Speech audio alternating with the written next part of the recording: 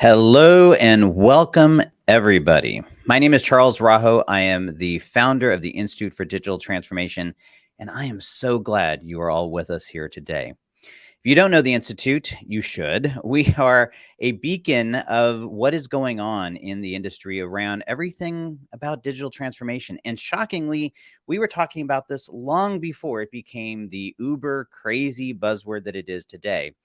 And in fact, that's sort of why we're here. Manifestos are this sort of interesting thing. They're very important, particularly when you have a topic that is confusing or that is being used to mean a bunch of different things. And there may be no topic that fits the bill for more than digital transformation. And it's for this reason that a group of our Institute fellows, we have an entire team of fellows of the Institute that sort of are our big thinkers, they decided to come together and actually create a manifesto to define what digital transformation is really all about. And that's what we're going to be discussing here today. So with that, I would like to welcome the team that put this all together, and they're going to take you down this road and explain what all this is, why it's important, and how you can get involved.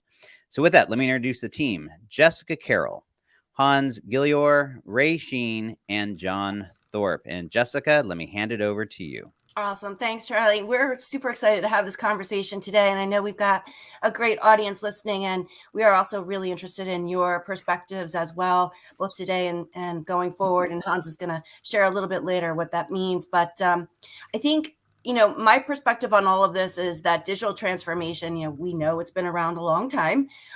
We see organizations doing transformation efforts all over the place.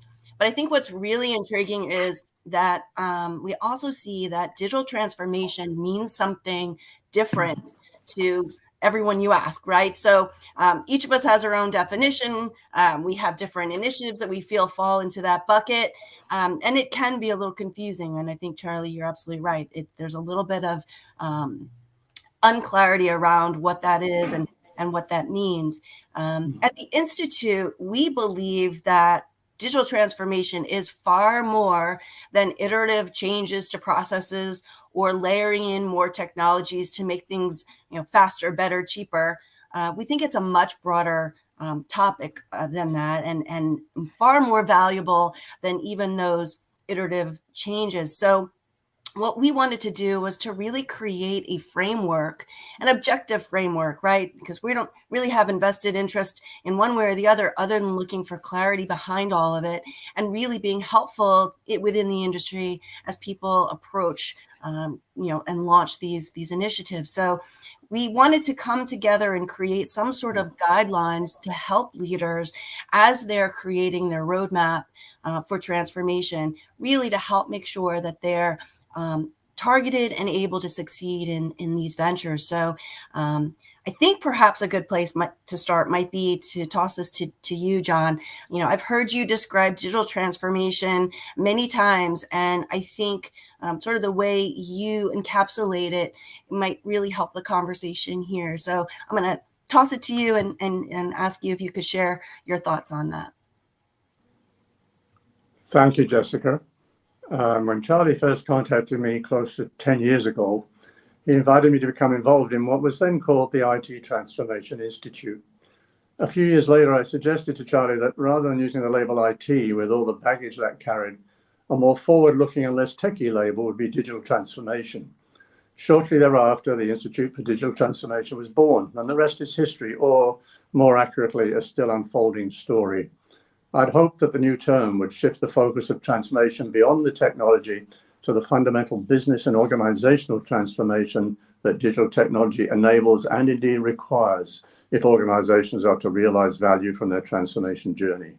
Unfortunately, letters IT are right in the center of the word digital, and much of what is described as digital transformation today is still primarily focused on the technology. The reality is that if organizations, public and private, large and small, are to realize value from their digital investments, they need to recognize that one, digital transformation is an ever-evolving, digitally driven and enabled journey, a journey of exploration and experimentation. Two, it represents a cultural and mindset change, a change which involves continually challenging all aspects of the status quo. And it requires reimagining and fundamentally transforming government, business, and society, and doing so in a way that is inclusive of and creates value for all stakeholders. This is the thinking that is behind and what drives the manifesto. And I'll now hand over to Ray to cover the 8 tenets of that manifesto. Thank you, John. The 8 tenets of the manifesto are ones that are foundational now in a digitally transformed company. As you look at these, you may say, well, our company has done some of these, or at least aspirationally, we've striven to try and achieve these. This has now moved from being aspirational to foundational. We don't believe a company can be successful in their digital transformation unless they have embraced these 8 tenets. Let me just quickly run through each one. The first is we proactively embrace change. Now, change has been something that is very different from a classic Industry 2.0 or 3.0 view. In that time, we were looking to get stability in our organizations. We wanted to drive out variation. Now we're saying just the opposite. We embrace change. We change regularly. We change frequently. The terms like mass customization are now part of our vernacular. And so we're ready and frequently making changes, which leads us to the next one. We have the ability, or rather the agility, to pivot quickly. And what we mean by that is that we've made this now a core competency. We've done the training, we've done the equipping so that we can scale up, scale down, move our organization into whatever direction it needs to go. And we can do that rapidly, quickly. It is now our core competency. We've stepped away from being the same stable company at all times. We now really can quickly change to become a new business, a new enterprise, depending upon what's happening around us in our marketplace and with our customer base. Now, the third one is we create purpose-based value. You may say, well, we've always tried to do that. Our organization's always been about creating value, and we have a purpose, we have a mission statement. Well, yes, organizations have had those, but once again, in this digitally transformed world, this now becomes a core competency. Everything is aligned around this value, this purpose-based value.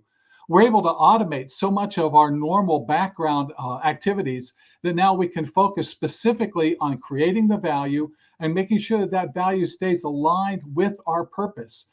If we become distracted, if we get distracted, it distracts our stakeholders, our customers, everyone we're working with. So we want to maintain that purpose-based value. Our fourth one is the customer and stakeholder experience is at our core. And the key word there is experience. We no longer think in the context of transactions. We're now thinking in the context of relationship, experience. We have multiple interactions with our customers and our stakeholders. Whether they're searching online, they're in the midst of the transaction, and that transaction may take on several different layers as we have the delivery of the service and the payments. And then we have the ongoing service and interactions and support. And it's now this entire experience is at our core. We're no longer content to just sell a good product and walk away. We're now maintaining an ongoing relationship with our customers. The fifth tenet was our decisions are driven by data. You know, again, back in the Industry 2.0, 3.0 world, we often had to make our decisions based on our gut, based on experience, based on what we've learned over 20 years. That's because many times the data either was missing or it was late in terms of making wise decisions. Now we have real-time data, and a complete set of data can be available. So we can now make our decisions based on data. And that's probably a good thing, because your gut is based upon those Industry 2.0 or 3.0 practices, and things have definitely changed. And so we now don't want to rely on our gut. We want to rely on the data, which is telling us what's really happening in the marketplace, what's really happening with our customers and our stakeholders right now. The next one is we are reimagining our business strategies and practices. Now, all these together that we've put together so far are allowing us to reimagine strategies, reimagine practices, reimagine our business. We can quickly pivot. We can embrace change. We can be a new business, and we are changing the form of our business, changing the nature of our business, changing the nature of our enterprise to meet the needs that are also rapidly changing. One of the elements of the digital part of digital transformation is it now makes it much easier to get data, to move data, to understand what's happening around us. That allows us to reposition ourselves to where we want to be to achieve our mission, to achieve our purpose. The seventh tenet was our culture is one of empowering individual leadership. Now, you may say, well, we've always been about empowering people and we want leaders. Once again, this has moved from an aspirational goal to an absolute requirement for success. With the speed at which things are happening now, decisions are made at the edges of the company.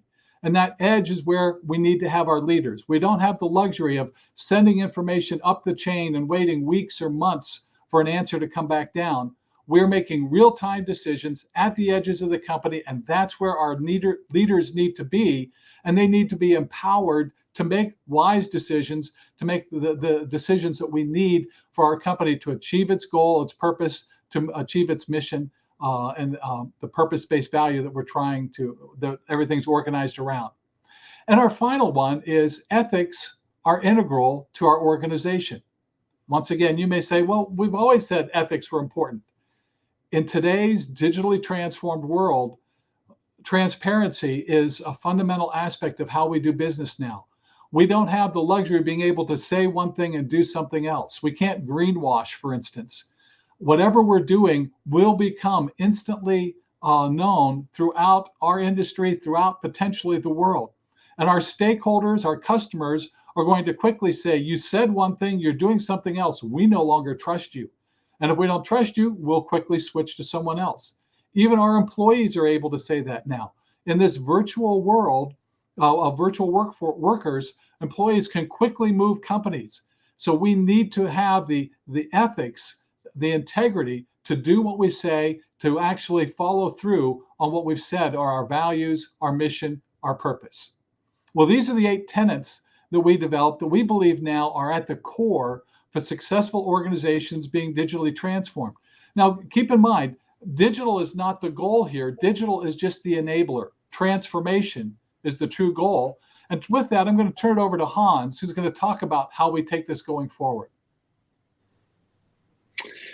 Thank you so much, Ray. It is important here when we start discussing the manifesto and the tenets that these are coming alive. It's not a piece of paper that we're trying to communicate, but actually living these tenets and make them work in our daily lives. And it's a way for you also to get engaged and participate in developing how we use these tenets in our offices and in our businesses. So we have defined or developed a work group, and that is a team of digital transformation practitioners that turn the tenets into practice by building a common knowledge base using and including articles, tools, webinars. We do maybe company visits, best practice of way of working, etc., etc. It's a foundation of how we actually use this in our daily life and in our daily business. The idea is that I will head this work group and invite all members, participants, to contribute and to be responsible in their as much as they like to make this possible, to contribute with their success stories or articles or best practice tools or methods that support the tenets of the manifesto itself. So what we will do after this meeting is that we will invite all of you who are listening to this this webinar or this launch of the manifesto, and also those who signed up to ratify the tenets, to take part and be part of this work group. An invitation will be sent out shortly after this launch. Well, so what does it actually mean in practice? So what we will do is probably have virtual bi-monthly meetings where we discuss different topics. We share knowledge, we share stories about how we actually use these tenets in our daily life. And that is the way we will go forward, to make this come alive, to make this part of our working day and our business transformations. So that is the foundation of the work group that we will launch quite soon. Any questions? to the audience, you are able to put questions in the chat if you want to share in the conversation. We're happy to answer any questions you may have. You got the full team here.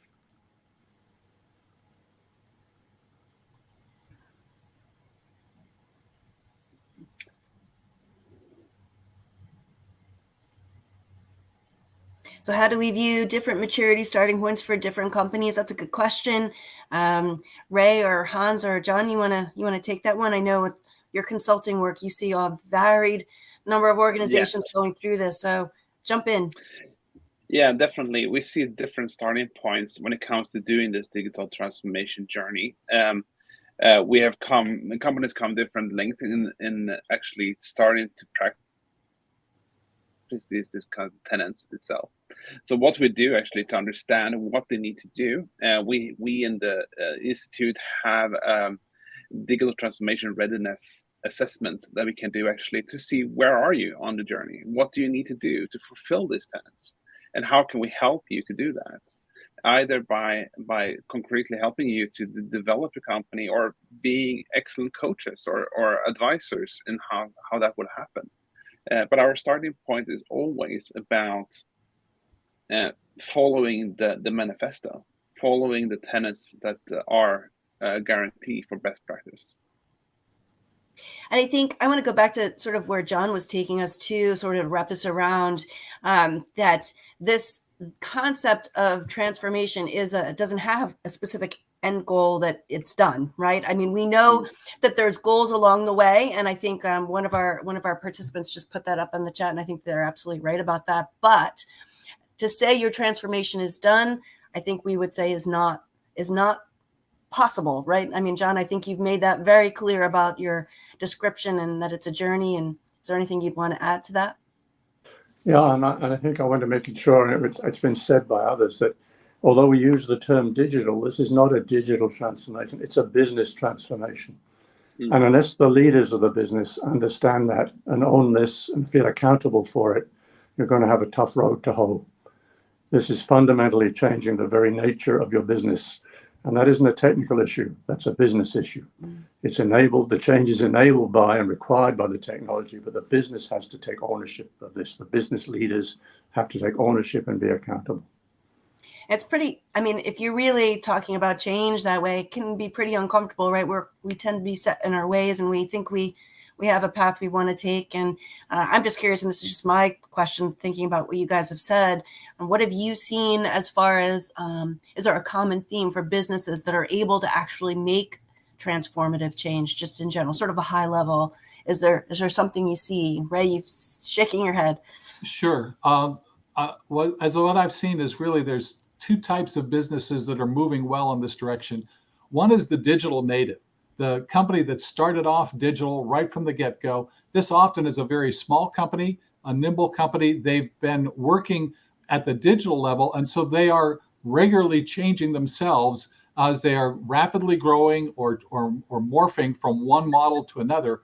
They've embraced that, and that's how they work together. Whether or not they last remains to be seen, because most of these are small companies quickly growing into a space, sometimes a space that they have defined.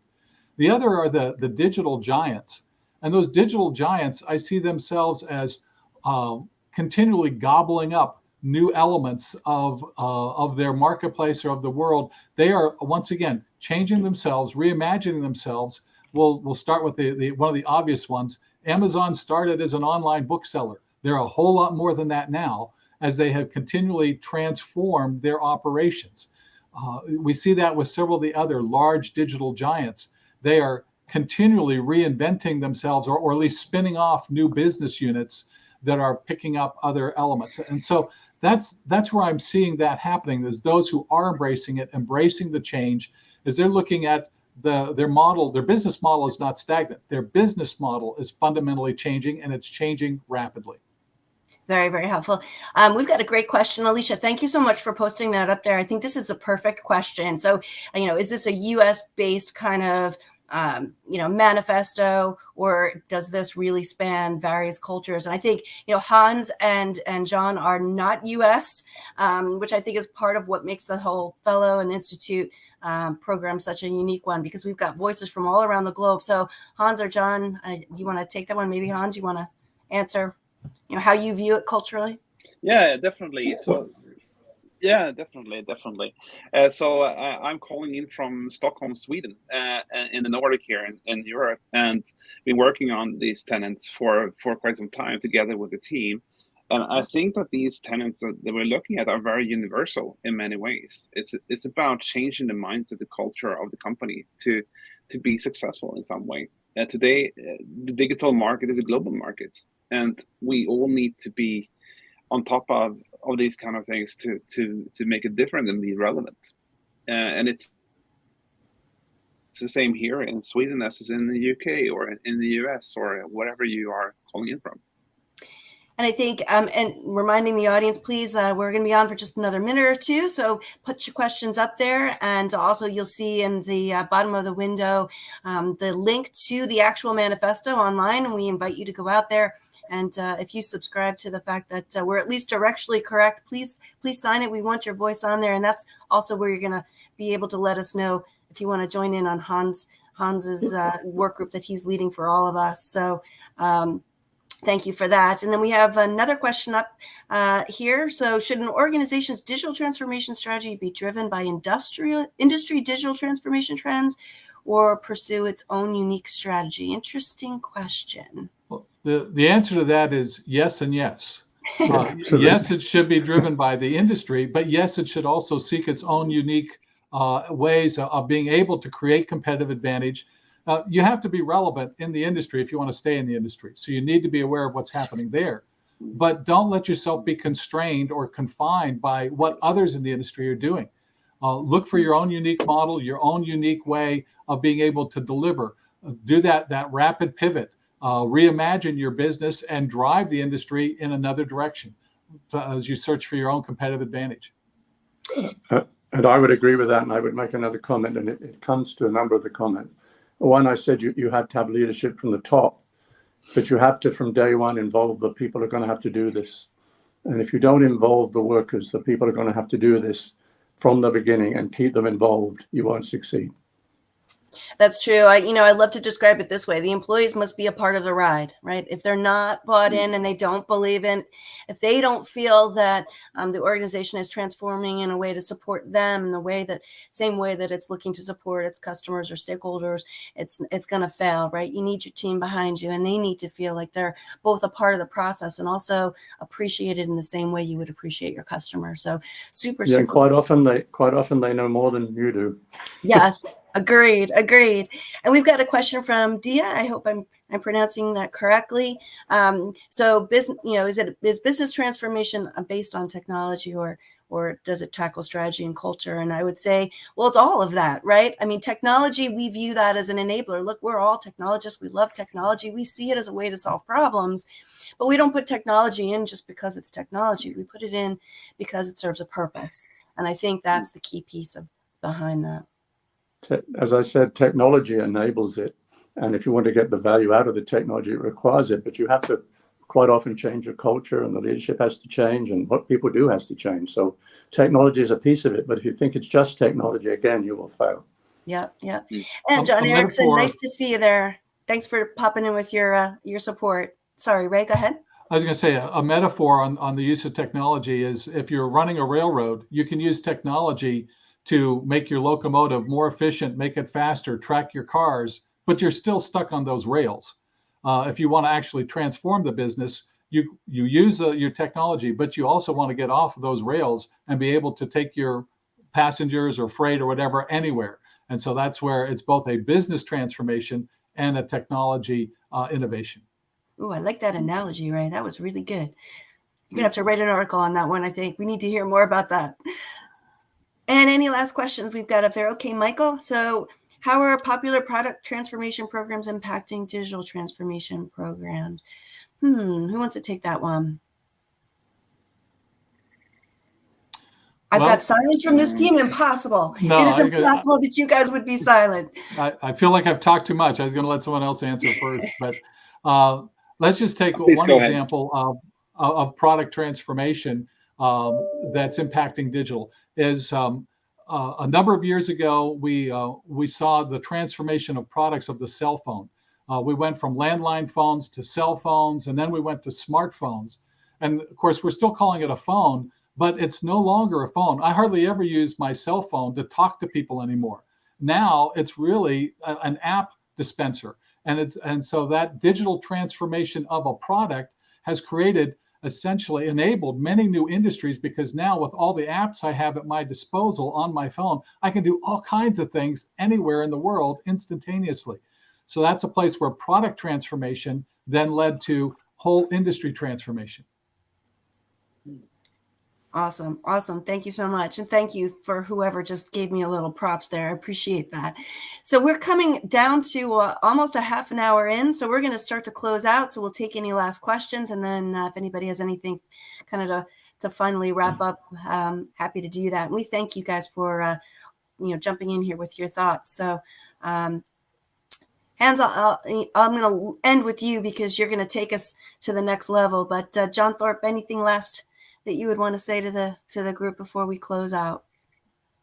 No, other than I think it is. I'll go back to mine. It's a journey. It's an exciting journey. Yeah. Might have its bumps, but it's a journey that needs to be taken. Awesome. Ray, any last words? Or you said you've talked too much, you're done. You're completely done with this now. I agree with everything said. Awesome. Awesome. Okay. So we know Hans is going to take us to the next stage. We as a team have been working for a couple of years on this now, believe it or not. We've had quite a lot of fun together, or maybe not sometimes, but always in the spirit of how can we really stretch what we believe and make sure all perspectives are kind of built into this, because the end purpose, as we said in the opening, is how do we create a framework that can help you guys, right? So that's sort of the point. You'll see again the link at the bottom there is the manifesto. We would love for you to go take a look at it and put your signature in there. And Ray and John, thank you so much for being part of the team along with me. It's been actually honestly an honor to work with you guys. And Hans, if you want to do any last words on how people can get in touch with you. Yeah, definitely. This launch of the manifesto is the starting point. We have a long journey together to make it work in practice. So let's all take responsibility for the digital transformation practice and jointly work together to use the Digital Transformation Manifesto as a standard for our daily work and build a common knowledge base to share. And that is the starting point for the work group that we have established. And we will contact you all to invite you to participate in this work group. I also would like to take the opportunity to thank all participants in this launch and webinar. And also thank all the fellows of the Institute that have been working very, very hard on defining and launching these tenets. And also Charles, Frank, and John, who are heading the Institute and making this possible. And with these final words, I'd like to continue to work and start up the work groups, and hoping that you will join us with that. Thank you so much. Thanks, everybody. Have a great afternoon.